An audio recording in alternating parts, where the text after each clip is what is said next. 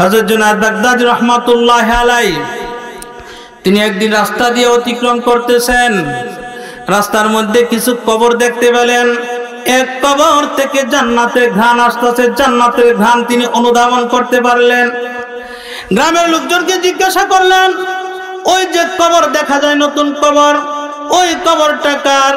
গ্রামের লোকজন বলল, ওই যে ঘর দেখা যায় ওই ঘরের মালিকের। হযরত জুনায়েদ বাগদাদী রাহমাতুল্লাহি আলাইহি ওই ঘরের কাছে গিয়ে সালাম দিলেন। ঘর থেকে একজন মহিলার আওয়াজ চলে আসলো। হযরত জুনায়েদ বাগদাদী রাহমাতুল্লাহি আলাইহি বললেন, ও মা, ওই যে নতুন কবর দেখা যায় ওই কবরটা কার? ঘর থেকে মহিলা আওয়াজ দিল, হুজুর, ওই কবরটা আমার স্বামীর কবর। কিছুদিন পূর্বে তিনি দুনিয়া থেকে বিদায় গ্রহণ করেছেন। হযরত জুনায়েদ বাগদাদী রাহমাতুল্লাহি আলাইহি বললেন, মা, আপনার স্বামী কি আমল করত? ওনার কবর থেকে জান্নাতের ঘ্রাণ পাওয়া যায়। ওই মহিলা বলল, আমার স্বামী তো একজন সাধারণ কৃষক ছিলেন, দিনভর খেতে কামারে কাজ করতেন, কিন্তু সন্ধ্যাবেলায় যখন তিনি ঘরে আসতেন তখন উপর থেকে কি যেন একটা পুস্তক নিতেন, মুখের মধ্যে লাগাইতেন, বুকের মধ্যে লাগাইতেন এবং চক্ষু দিয়ে অশ্রু প্রবাহিত করতেন আর বলতেন, মাওলা, আপনি যা বলেছেন সব সত্য, কিন্তু আমি চোখ থাকিতেও অন্ধ, আমি তো পড়তে পারি না। মাওলা, আপনার কালামের উসিলা করে আমার নাজাতের ফয়সালা করিয়া দেন। হযরত জুনায়েদ বাগদাদী রাহমাতুল্লাহি আলাইহি বুঝতে বাকি নয়, ওই পুস্তক দুনিয়ার কোন সাধারণ পুস্তক নয়। ওই পুস্তক, ওই গ্রন্থ আমার মহান আল্লাহর কালাম, ওই শিবানী আল কোরআন। আল কোরআনের সাথে সম্পর্ক থাকার কারণে আল্লাহ ওই সাধারণ কৃষক লোকটির কবরটাকে আল্লাহ জান্নাতের বাগান বানিয়ে দিয়েছে। তাই 6 নম্বরে আল্লাহর নবী বলেন, ওয়ানাশওয়ায়াত্তাখিযুনাল কুরআনা মাযামিরা, যে সময়ের মধ্যে মানুষ কোরআনের গুরুত্ব দিবে না, কোরআনের চাইতে গান বাদ্যের গুরুত্ব বেশি দিবে, ওই সময় আসার আগে হে মুমিন, তুমি মৃত্যুর জন্য তৈয়ার হয়ে যাও। আমরা যেদিকে তাকাই সব দিকে ফিতনা আর ফিতনা, ঠিক কিনা? রাসূলের জামানা থেকে আমরা যত দূরে চলে যাচ্ছি তত বেশি ফিতনার সম্মুখীন হচ্ছি, ঠিক কিনা? আমার পূর্বের বক্তা ইমানদারদের গুণ বর্ণনা করছেন। আমি ইমানদারদের এই সময়ে, ফিতনার সময় কি করণীয়, কি দায়িত্ব, সেই সম্পর্কে গুরুত্বপূর্ণ কথা বলবো। সবাই মনোযোগ সহকারে শোনার জন্য তৈরি আছেন তো ইনশাআল্লাহ? তাহলে একটা পরীক্ষা হয়ে যাও। সামনে যে ফাঁকা জায়গাটা আছে দয়া করে আপনারা একটু পূরণ করে বসেন। গুরুত্বপূর্ণ কথা হবে, যে চলে যাবে বাড়িতে গিয়ে কিন্তু আফসোস করতে হবে কথাগুলির জন্য। আমি এলোপাতারি কোনো কথা বলি না, বাংলাদেশের যে জায়গার মধ্যে গিয়ে আলোচনা করি, কোরআন হাদিস সামনে রেখে পয়েন্টে বিষয়ভিত্তিক আলোচনা করি। অবশ্যই আপনাদের অনেক উপকার হবে আলোচনাগুলি শুনে। এরপরে আমার পরে একজন মেহমান, ঢাকার মেহমান আদনান মাসুদ সাহেব, উনিও আছেন, গুরুত্বপূর্ণ কথা বলবেন। তা আমি যতক্ষণ পর্যন্ত কথা বলবো মনোযোগ সহকারে আমলের নিয়তে শুনতে হবে। সবাই রাজি আছেন তো ইনশাআল্লাহ? আমাদের জীবনে সবচাইতে গুরুত্বপূর্ণ এবং দামি জিনিস হইল ঈমান, ঠিক কিনা? মুমিন ঈমানের জন্য জীবন দিতে পারে কিন্তু ঈমান হারা হতে পারে না, ঠিক কিনা? মুমিন ঈমানী শক্তির মাধ্যমে সারা বিশ্বকে জয় করবে। মুমিন কখনো তার সৈন্যবাহিনী এবং অস্ত্র এবং টাকা পয়সার বলে জয় হয় না। মুমিন সদা সর্বদা জয় লাভ করে একমাত্র ঈমানী শক্তির মাধ্যমে, ঠিক কিনা? সারা বিশ্বের কাফের, বেঈমান, বদ্দিন তারা এক প্ল্যাটফর্মে জমা হয়ে গেছে কিভাবে মুসলমানদেরকে ঘায়েল করা যায়, ঠিক কিনা? অথচ এই জমিনের মূল আদিবাসী এবং মূল মালিক হলো ইমানদার মুমিন মুসলমানগণ। আর যত কাফের বদ্দিন আছে তারা হইল অস্থায়ী উডুলা, কিন্তু উডুলারা এখন স্থায়ীর উপর ক্ষমতা দেখায়, ঠিক কিনা? এর একটি কারণ, ইমানদারদের ইমানের পাওয়ার কমে গেছে, ইমানি শক্তি কমে গেছে। ইমানি পাওয়ারের মাধ্যমে সারা বিশ্ব মুসলমান জয় করবে। আল্লাহ কোরআনে ওয়াদা দিয়েছেন, ওয়ালা তাহিনু ওয়ালা তাহজানু ওয়া আনতুমুল আলাউনা ইন কুনতুম মুমিনিন। আল্লাহ তাআলা ডাকতে বলেন, ও জগতের ইমানদার মুমিন মুসলমান, শুনে রাখো, তোমরাই জয় হবে, তোমরাই বিজয় হবে। শর্ত হলো তোমরা যদি প্রকৃত পক্ষে ইমানদার হতে পারো, ঠিক কিনা? আল্লাহর ওয়াদা সত্য না মিথ্যা? আল্লাহর ওয়াদা সত্য, কিন্তু ইমানদাররা এখন বেঈমান কাফেরদের হাতে জর্জরিত, লাঞ্ছিত, বঞ্চিত, ঠিক কিনা? এর কি কারণ? এর কারণ হইল ইমানদারদের ইমানের পাওয়ার লেস হয়ে গেছে, ঠিক কিনা? ইমানদারদের ইমানের পাওয়ার কমে গেছে। ইমানের পাওয়ার না থাকার কারণে আজকে ইমানদারগণ কাফের মুশরিক বদ্দীনের হাতে আজকে লাঞ্ছিত, বঞ্চিত, ঠিক কিনা? ইমানি পাওয়ার যদি শক্তিশালী হয়ে যায়, তাহলে বেঈমান কাফেররা কখনো মুসলমানদের উপর জয় হতে পারবে না, কখনো পারবে না, ঠিক কিনা? আমাদের ইমান বানাইতে হবে সাহাবায়ে কেরামের ইমানের মতো। সাহাবায়ে কেরাম হইলেন আমাদের ইমানের মাপকাঠি, মিয়ারুল ঈমান। একজন আদনা সাহাবীর অনুসরণ যদি কেউ করে, আল্লাহর পয়গম্বর বলেন, আসহাবি কান্নুজুম বিআইহিম ইক্তাদাইতুম ইহতাদাইতুম। আমার একজন সাহাবী আকাশের নক্ষত্রের ন্যায়। কোন ব্যক্তি যদি আমার একজন আদনা সাহাবীর অনুসরণ করে, আল্লাহ রাব্বুল আলামিন তাকে হেদায়েতের পথ দেখিয়ে হেদায়েতের উপর উঠাইয়া দিবেন। আমাদের ইমান বানাইতে হবে সাহাবায়ে কেরামের ইমানের মতো। কার ইমানের মতো? সাহাবায়ে কেরামের ইমানের মতো। হযরত ওমর ইবনে খাত্তাব রাদিয়াল্লাহু তাআলা আনহু তিনি অর্ধ পৃথিবী শাসন করেছেন। সেই সময় একজন পুলিশ, একজন আর্মি, একজন বিডিআর কোনো কিছুর প্রয়োজন হয় নাই, ঠিক কিনা? কিন্তু এখন বর্তমানে পুলিশ, আর্মি, বিডিআর দিয়া দেশকে নিয়ন্ত্রণ করতে পারে না, কখনো পারবে না।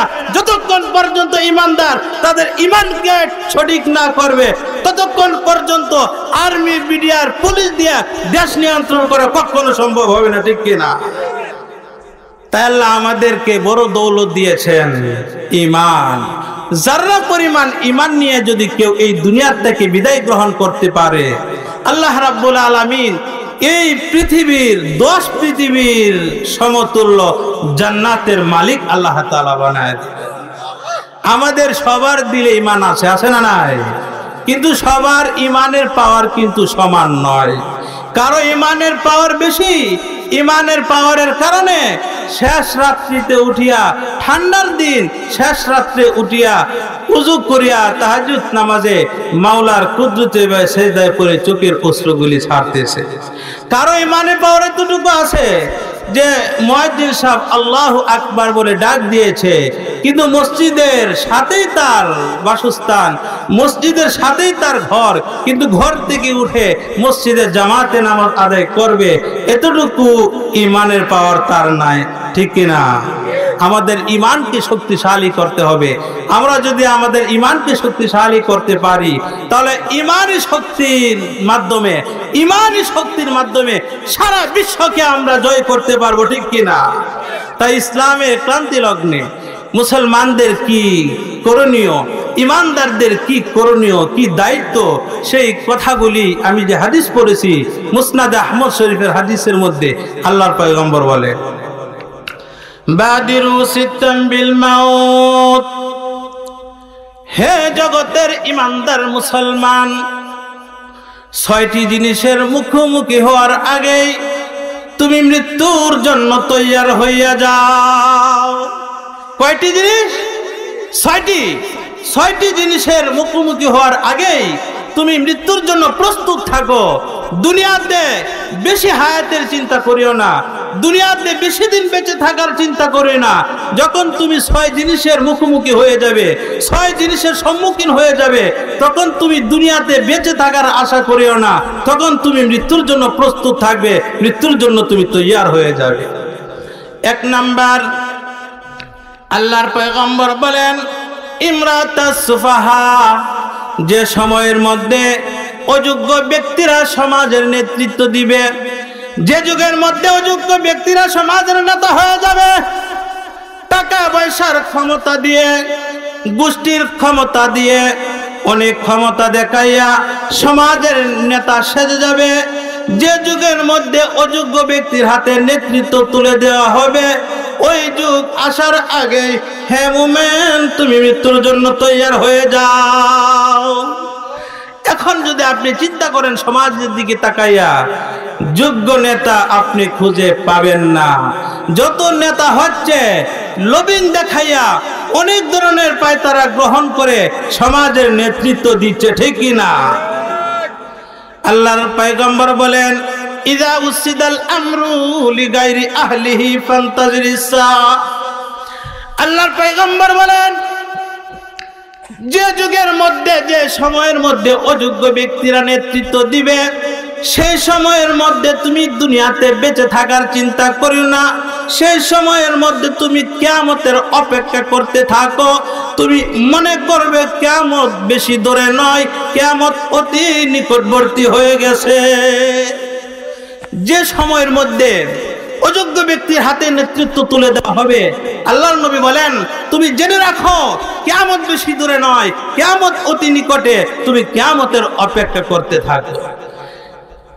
যোগ্য নেতা পাওয়া বড় কঠিন। যোগ্য নেতার হাতে যতক্ষণ পর্যন্ত নেতৃত্ব নিয়ে আসবে, ততক্ষণ পর্যন্ত দেশ কখনো সঠিক হবে না, কখনো সঠিক করা সম্ভব হবে না। তাই আল্লাহর পয়গম্বর বলেন ইমরাতাস সুফাহা, যে যুগের মধ্যে অযোগ্য ব্যক্তিরা নেতৃত্ব দিবে, ওই যুগ আসার আগেই হে মুমিন তুমি মৃত্যুর জন্য তৈয়ার হয়ে যাও। এক নাম্বার, খুব সংক্ষেপে বলতেছি, আমার সময় কম দিচ্ছি। 2 নাম্বার, আল্লাহর পয়গম্বর বলেন ওয়া কাসরাতাশ শুরাত, যে যুগের মধ্যে পুলিশ বাহিনী বেশি হবে, ওই যুগ আসার আগেই হে মুমিন তুমি মৃত্যুর জন্য তৈয়ার হয়ে যাও। আল্লাহর পয়গম্বর 1500 বছর আগে ওনার পবিত্র জবান দ্বারা ইরশাদ করছেন যে যুগের মধ্যে পুলিশ বাহিনী বেশি হবে, ওই যুগের মধ্যে যাদেরকে নিয়োগ দেওয়া হবে সমাজের দাঙ্গা হাঙ্গামা নিরাময় করার জন্য, পুলিশ বাহিনী বেশি হওয়ার কারণে তারা নিজেরাই ওই দুর্নীতির পাহারাদার হয়ে যাবে, ঠিক কিনা? তাই আল্লাহর পয়গম্বর বলেন ওয়া কাসরাতাশ শুরাত, যে যুগের মধ্যে পুলিশ বাহিনী বেশি হবে, ওই যুগ আসার আগে হে মুমিন তুমি মৃত্যুর জন্য তৈয়ার হয়ে যাও। 3 নাম্বার, আল্লাহর পয়গম্বর বলেন ওয়া বাইআল হুকমি, যে যুগের মধ্যে হুকুম বেচা কেনা হবে, যে যুগের মধ্যে মানুষ বিচার করবে, টাকা খাইয়া ঘুষ খাইয়া বিচার করবে। আপনি যদি ঘুষ দিতে পারেন আপনার পক্ষে রায় দিবে, আপনি যদি ঘুষ না দেন আপনার পক্ষে রায় দিবে না, আপনি সঠিক বিচার খুঁজে পাবেন না। আল্লাহর পয়গম্বর বলেন যে যুগের মধ্যে হুকুম বেচা কেনা হবে, যে যুগের মধ্যে মানুষ টাকা গ্রহণ করে, টাকা পয়সা খেয়ে বিচার করবে, ওই যুগ আসার আগেই হে মুমিন তুমি মৃত্যুর জন্য তৈয়ার হয়ে যাও। সঠিক বিচার করলে সে মুসলমান হোক আর বিধর্মী হোক, আপনি যদি সঠিক বিচার করেন, যদি সাক্ষী প্রমাণ বিধর্মীর পক্ষে পাওয়া যায়, তাহলে বিধর্মীর পক্ষে কিন্তু রায় দিতে হবে, সঠিক বিচারক যদি আপনি হয়ে যান। এই প্রসঙ্গে হযরত আবু বকর রাদিয়াল্লাহু তাআলা আনহুর শানে একটি আয়াত কালামে পাকের মধ্যে নাজিল হয়েছে। আল্লাহ যখন যাকাতের আয়াত নাজিল করলেন যে কি আল্লাহকে কর্জে হাসানা দিবে, এই আয়াত যখন নাজিল হইল মান জাল্লাযী ইকরিজুল্লাহ কারদান হাসানা, যে আল্লাহকে কে কর্জে হাসানা দিবে, অর্থাৎ আল্লাহর রাস্তায় কে যাকাত দিবে, যাকাত আদায় করবে, এই আয়াত যখন আল্লাহ নাজিল করলেন, নবীজিকে যখন শোনায়া দিলেন, নবীজি সাহাবায়ে কেরামকে শোনায়া দিলেন যে আল্লাহ তাআলা যাকাতের আয়াত নাজিল করেছেন, তোমাদের যাদেরকে আল্লাহ সম্পদ দিয়েছেন তোমাদের যাকাত আদায় করতে হবে। হযরত আবু বকর রাদিয়াল্লাহু তাআলা আনহু রাসূলের দরবারে উপস্থিত ছিলেন। উনি আয়াত শুনে সমস্ত সাহাবায়ে কেরামকে শোনায় দিলেন যে আল্লাহ তাআলা যাকাতের আয়াত নাযিল করেছেন, যাকাত দিতে হবে। হযরত আবু বকর সিদ্দিক রাদিয়াল্লাহু তাআলা আনহু উনি যখন সাহাবায়ে কেরামকে আল্লাহর নির্দেশ শোনায় দিলেন, তখন একজন ইহুদির বাচ্চা ইহুদি শুনে বলে যে মুহাম্মাদও গরিব, মুহাম্মাদের খোদাও গরিব, আমরা ধনী। বলেন নাউজুবিল্লাহ। এই আয়াত যখন রাসূল শোনাইলেন, হযরত আবু বকর রাদিয়াল্লাহু তাআলা সমস্ত সাহাবায়ে কেরামকে শোনায় দিলেন। ইহুদির বাচ্চা ইহুদি শুনে কয় মুহাম্মাদও গরিব, মুহাম্মাদের খোদাও গরিব, আমরা ধনী। এই কথাটা যখন ইহুদির বাচ্চা বলছে, হযরত আবু বকর রাদিয়াল্লাহু তাআলা আনহু সহ্য করতে পারেন না, কারণ উনার ঈমানের পাওয়ার অনেক বেশি ছিল, ঠিক কি না? উনি সহ্য করতে পারেন নাই, সাথে সাথে ইহুদির বাচ্চার একটা চর মারছে। ইহুদির বাচ্চা চর খাইয়া নবীজির কাছে বিচারের জন্য আসছে। দেখেন কেমন বিচার, নবীজির কাছে বিচারের জন্য আসছে।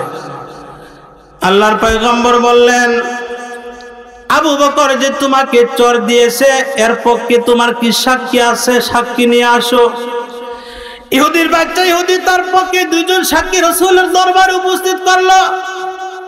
আবু বকর রাদিয়াল্লাহু তাআলা আনহুর নাম যখন রাসূল শুনলেন, তখন রাসূল একটু ইতস্ততা বোধ করতেছেন, বলতেছেন চর মনে হয় আবু বকর দেয় নাই, চরটা মনে হয় তোমাকে ওমর দিয়েছে।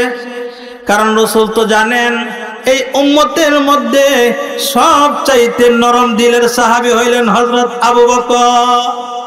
প্রতি জুমার দ্বিতীয় খুতবার মধ্যে আমরা খতিব সাহেবরা বলি আরহামু উম্মতি বি উম্মতি আবু বকর। আল্লাহর নবী বলেন আমার উম্মতের মধ্যে সবচাইতে নরম দিলের হইলেন হযরত আবু বকর। তাই রাসূল ইতস্ততা বোধ করতেছেন, আবু বকর তো চর দেওয়ার কথা না, আবু বকর তো নরম দিলের মানুষ, সে তো চর দিতে পারে না। উমর যেহেতু একটু গরম মানুষ, তাই চরটা মনে উমর তোমাকে দিয়েছে।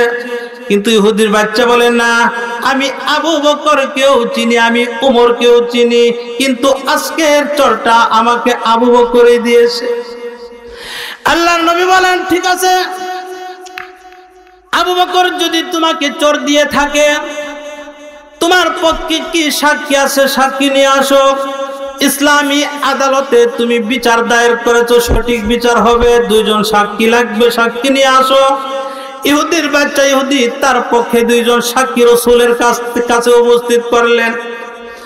আল্লাহর পয়গম্বর আবু বকর ডাকাইলেন, ও আবু বকর তুমি তাকে চর দিয়েছো কেন? হযরত আবু বকর রাদিয়াল্লাহু তাআলা আনহু ইহুদির বাচ্চাকে রাসূলের দরবারে দেখে ওনার রাগ আরো বেড়ে গেছে, ঈমানি পাওয়ার বেড়ে গেছে।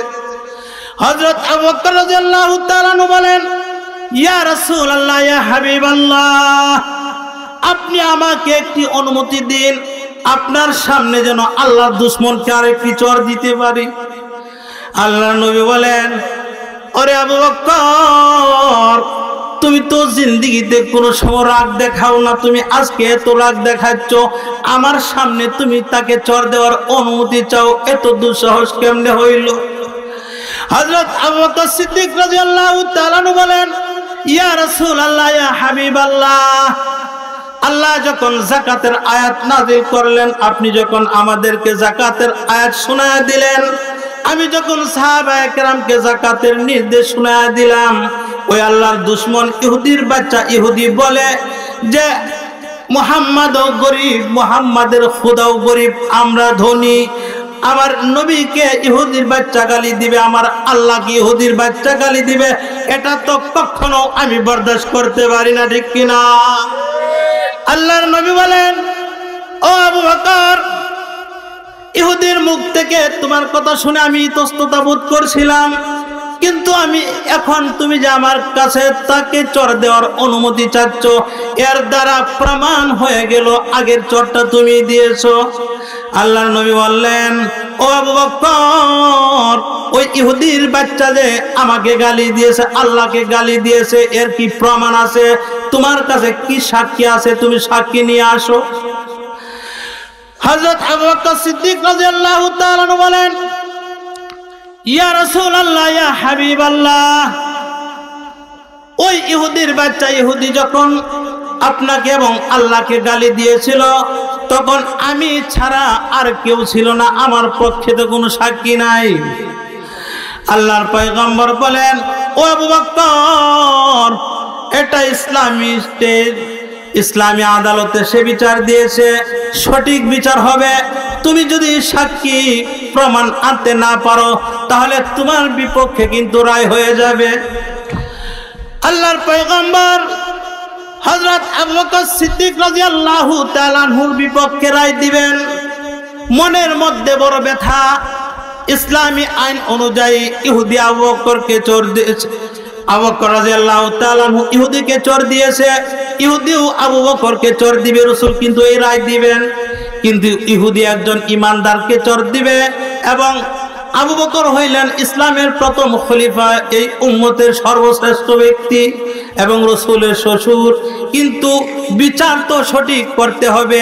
আবু বকর তো কোনো সাক্ষী উপস্থিত করতে পারে নাই, তাই আবু বকর বিপক্ষে রায় হয়ে যাবে, ইহুদির পক্ষে তিনি রায় দিবেন। রাসূল প্রস্তুতি নিচ্ছেন। এই মুহূর্তে হযরত জিবরাইল আলাইহিস সালাতু ওয়াস সালাম আগমন করেছে। আল্লাহর পয়গম্বর বলেন, এই মুহূর্তে জিবরাইল আসে কেন? হয়তো আল্লাহর পক্ষ থেকে আবু বকরের পক্ষে কোনো ফয়সালা আছে, তাই আল্লাহর নবী অপেক্ষা করতেছেন। জিবরাইল আলাইহিস সালাতু ওয়াস সালাম আল্লাহর নবীকে আয়াত শোনায় দিলেন, লাকাদ সামিআ আল্লাহু কাওলাল্লাযীনা ক্বালু ইন্নাল্লাহা ফাকীরুন ওয়া নাহনু আগনিয়া। আল্লাহ বলেন, অবশ্যই অবশ্যই আল্লাহ শুনেছেন, আল্লাহ শ্রবণ করেছেন। কাউলাল্লাযীনা ক্বালু, তাদের কথা, ইহুদিদের কথা।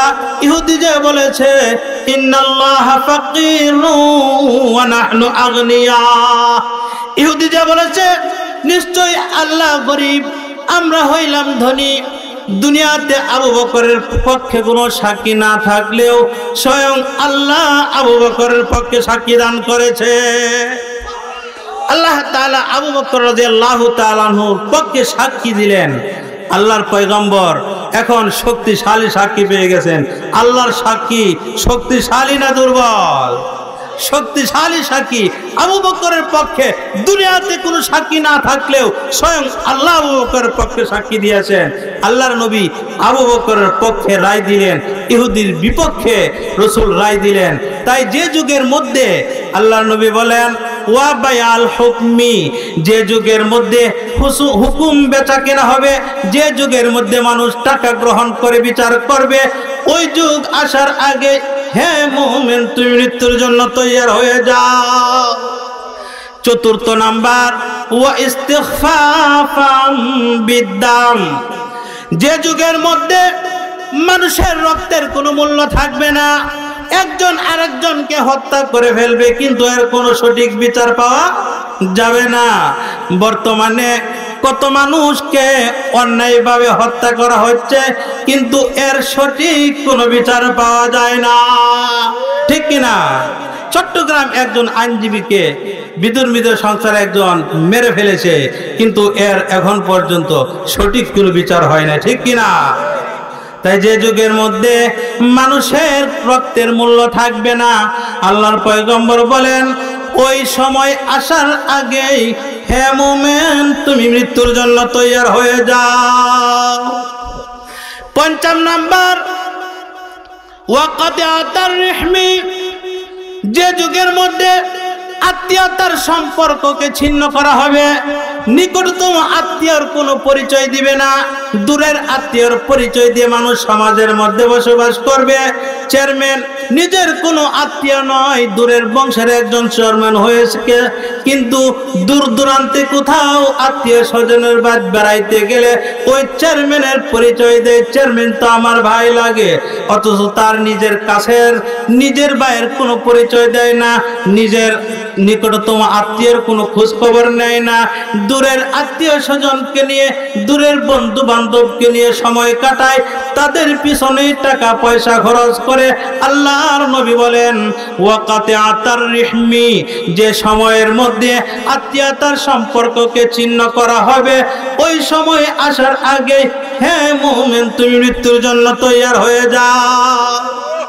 আল্লাহর নবী বলেন লা ইয়াদখুলুল জান্নাতা কাতি', যে নাকি আত্মীয়তার সম্পর্ককে ছিন্ন করবে, আত্মীয়তার সম্পর্ক বজায় রাখবে না, ওই ব্যক্তি কখনো জান্নাতে প্রবেশ করতে পারবে না। যে আত্মীয়তার সম্পর্ক ছিন্ন করবে সে কখনো জান্নাতে প্রবেশ করতে পারবে না। ইন্নাল্লাহা ইয়া'মুরু বিল আদলি ওয়াল ইহসান ওয়া ইতা'যিল কুরবা। এই আয়াতের ব্যাখ্যায় তানবীহুল গাফিলিনের মধ্যে ফকিহ আবুল্লাহ সমরকন্দি রাহমাতুল্লাহি আলাইহি বলেন আত্মীয়তার সম্পর্ক বজায় রাখা ওয়াজিব, আত্মীয়তার সম্পর্ক বজায় রাখা ওয়াজিব। আল্লাহর নবী বলেন সিলমান কাতাকা ওয়াফু আম্মান যালামাকা ওয়া আহসিন ইলাইহি মান আসাআ ইলাই। আল্লাহর পয়গম্বর বলেন সিলমান কাতাকা, যে ব্যক্তি তোমার সাথে আত্মীয়তার ছিন্ন করতে চায়, তুমি ওই ব্যক্তির সাথে তুমি আত্মীয়তার বন্ধন ঠিক রাখো। ওয়াফু আম্মান যালামাকা, যে ব্যক্তি তোমার উপর অত্যাচার করে ওই অত্যাচার ব্যক্তিকে তুমি ক্ষমা করে দাও। ওয়া আহসিন ইলাইহি মান আসাআ ইলাইহি, যে ব্যক্তি তোমার সাথে দুর্ব্যবহার করে তুমি তার সাথে সৎ ব্যবহার করো, ভালো ব্যবহার করো। আল্লাহর পয়গম্বরের চরিত্র ছিল মহান চরিত্র, খুলুকে আযীম। আল্লাহর নবীর সাথে যদি কেউ খারাপ ব্যবহার করত, আল্লাহর নবী তার সাথে এমন ব্যবহার করতেন যে ব্যবহারের কারণে তার খারাপ চরিত্র জিন্দেগীর জন্য ভালো হয়ে যেত। তাই আল্লাহর নবী ৫ম নম্বর বলেন ওয়াকাতিআতার রিহমি, যে সময় আত্মীয়তার সম্পর্ককে ছিন্ন করা হবে ওই সময় আসার আগে হে মুমিন তুমি মৃত্যুর জন্য তৈয়ার হয়ে যাও। ৬ষ্ঠ নাম্বার আল্লাহর নবী বলেন ওয়ায়াত্তাখিযুনাল কুরআনা মাযামিরা, যে সময়ের মধ্যে কোরআনকে মানুষ গুরুত্ব দিবে না, কোরআনের গুরুত্ব থাকবে না, গান বাদ্যকে কোরআনের উপর প্রাধান্য দিবে, কোরআনের গুরুত্ব থাকবে না, ওই সময় আসার আগে হে মুমিন তুমি মৃত্যুর জন্য তৈয়ার হয়ে যাও। এমন একটা সময় ছিল যে সময়ের মধ্যে আমরা দেখছি আমাদের মা চাচিরা সকালবেলায় কোরআন শরীফের তেলাওয়াত করতো, ঠিক কিনা? তাই আল্লামা ইকবাল বলেন ও জামানা মে মুআজ্জাজ থে হামিলে কুরআহু কর, এ জামানা জলিল কর হে তারকে কুরআহু কর। ওই জামানাটা কতই সম্মানিত দামি ছিল।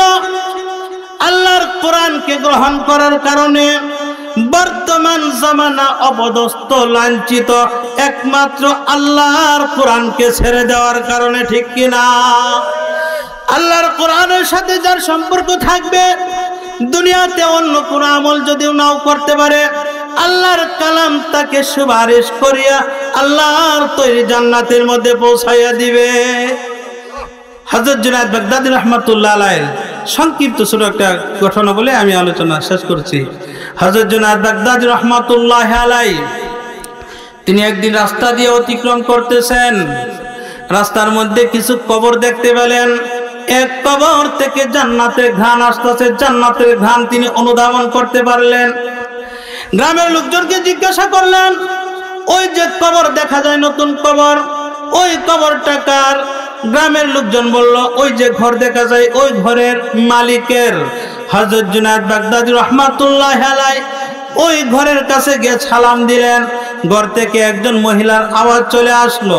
হযরত জুনায়েদ বাগদাদী রাহমাতুল্লাহি আলাইহি বললেন, ও মা, ওই যে নতুন কবর দেখা যায়, ওই কবরটা কার? ঘর থেকে মহিলা আওয়াজ দিল, হুজুর, ওই কবরটা আমার স্বামীর কবর। কিছুদিন পূর্বে তিনি দুনিয়া থেকে বিদায় গ্রহণ করেছেন। হযরত জুনায়েদ বাগদাদী রাহমাতুল্লাহি আলাইহি বললেন, মা, আপনার স্বামী কি আমল করত? ওনার কবর থেকে জান্নাতের ঘ্রাণ পাওয়া যায়। ওই মহিলা বলল, আমার স্বামী তো একজন সাধারণ কৃষক ছিলেন, দিনভর খেতে কামারে কাজ করতেন, কিন্তু সন্ধ্যাবেলায় যখন তিনি ঘরে আসতেন তখন উপর থেকে কি যেন একটা পুস্তক নিতেন, মুখের মধ্যে লাগাইতেন, বুকের মধ্যে লাগাইতেন এবং চক্ষু দিয়ে অশ্রু প্রবাহিত করতেন আর বলতেন, মাওলা, আপনি যা বলেছেন সব সত্য, কিন্তু আমি চোখ থাকিতেও অন্ধ, আমি তো পড়তে পারি না। মাওলা, আপনার কালামের উসিলা করে আমার নাজাতের ফয়সালা করিয়া দেন। হযরত জুনায়েদ বাগদাদী রাহমাতুল্লাহি আলাইহি বুঝতে বাকি নয়, ওই পুস্তক দুনিয়ার কোনো সাধারণ পুস্তক নয়। ওই পুস্তক, ওই গ্রন্থ আমার মহান আল্লাহর কালাম, ওই শিবানী আল কোরআন। আল কোরআনের সাথে সম্পর্ক থাকার কারণে আল্লাহ ওই সাধারণ কৃষক লোকটির কবরটাকে আল্লাহ জান্নাতের বাগান বানিয়ে দিয়েছে। তাই 6 নম্বরে আল্লাহর নবী বলেন, ওয়ানাশওয়ায়াত্তাখিযুনাল কুরআনা মাযামিরা, যে সময়ের মধ্যে মানুষ কোরআনের গুরুত্ব দিবে না, কোরআনের চাইতে গান বাদ্যের গুরুত্ব বেশি দিবে, ওই সময় আসার আগে হে মুমিন, তুমি মৃত্যুর জন্য তৈয়ার হয়ে যাও। যে 6টি বিষয়ের কথা এই হাদিসের মধ্যে বলা হচ্ছে, ওই সব 6টি বিষয়ের সম্মুখীন আমরা সবাই হয়েছি কিনা? আমরা সবাই ওই 6 বিষয়ের মুখোমুখি। এখন আর দুনিয়াতে বেশি দিন বেঁচে থাকার আশা করা যাবে না। নিজের ঈমান বাঁচাইয়া কিভাবে পরপারে চলে যাওয়া যায়, ওই চিন্তা ফিকির করতে হবে। নিজের ঈমান আমালকে গঠন করতে হবে। নিজের ঈমান আমাল গঠন করে ঈমানের সাথে আমি কিভাবে দুনিয়া থেকে বিদায় নিতে পারি, সেই চিন্তা চেতনায় থাকতে হবে। বেশি লম্বা দুনিয়াতে থাকার চিন্তা করা যাবে না। তাই সময় যেহেতু শর্ট, 6টা বিষয়ের বিস্তারিত আলোচনা যদি আপনাদের সামনে আমি করি, তাহলে কমপক্ষে আমাকে 6 ঘন্টা সময় দিতে হবে। কিন্তু এত সময় নাই, কর্তৃপক্ষ আমাকে সময় দিচ্ছে না, আগে সিগন্যাল দিচ্ছেন সংক্ষিপ্ত করার জন্যে। তাই আমি অতি সংক্ষেপে জরুরি কথাগুলি বললাম। আল্লাহ আমাকে বলা অনুপাতে এবং আপনাদের সবাইকে শোনা অনুপাতে আমল করার তৌফিক দান করুন। সবাই জুড়ে বলেন আমিন।